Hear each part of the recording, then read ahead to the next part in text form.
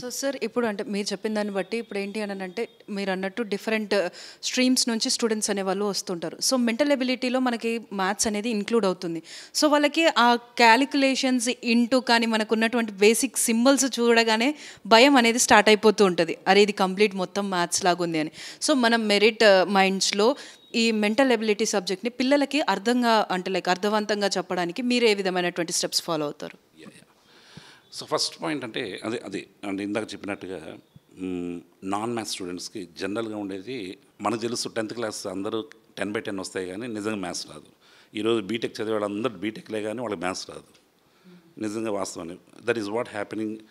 అందరూ ఏంటంటే మనం 10/10 రావాలి మాస్ అనే పాయింట్లో ఉంటారు కానీ but they don't know about maths.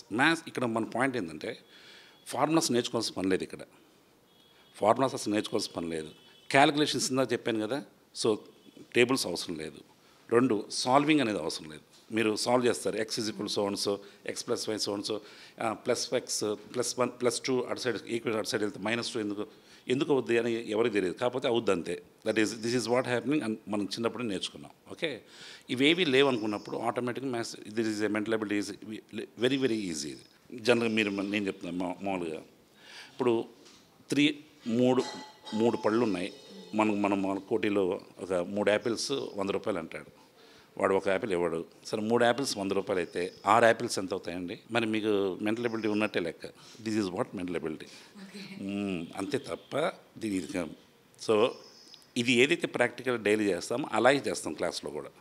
So formulas అనేది పెట్టము.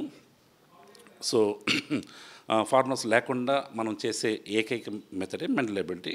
ఇలా టీచ్ చేస్తాం మెరిట్ మైండ్స్లో.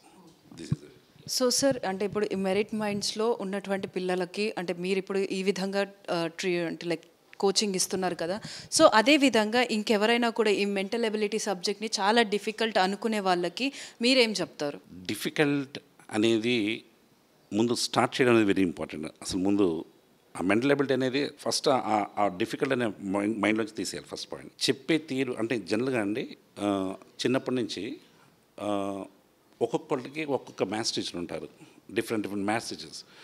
మీరు ఏ సబ్జెక్ట్ అయినా సరే చిన్నప్పటి నుంచి నేర్చుకుంది మీ టీచర్స్ వల్ల ఉండొచ్చాము కానీ బట్ అంటే కొంతమందికి సోషల్ ఇంట్రెస్ట్ ఉంటుంది, కొంతమంది ఇంగ్లీష్ బాగా చదువుతూ ఉంటారు, కొంతమంది ఇంగ్లీష్ హిందీ ఇట్లాంటివన్నీ ఉంటాయి కానీ ఎవరి ఇంట్రెస్ట్ బట్టి వాళ్ళు ఉంటుంది జనరల్గా.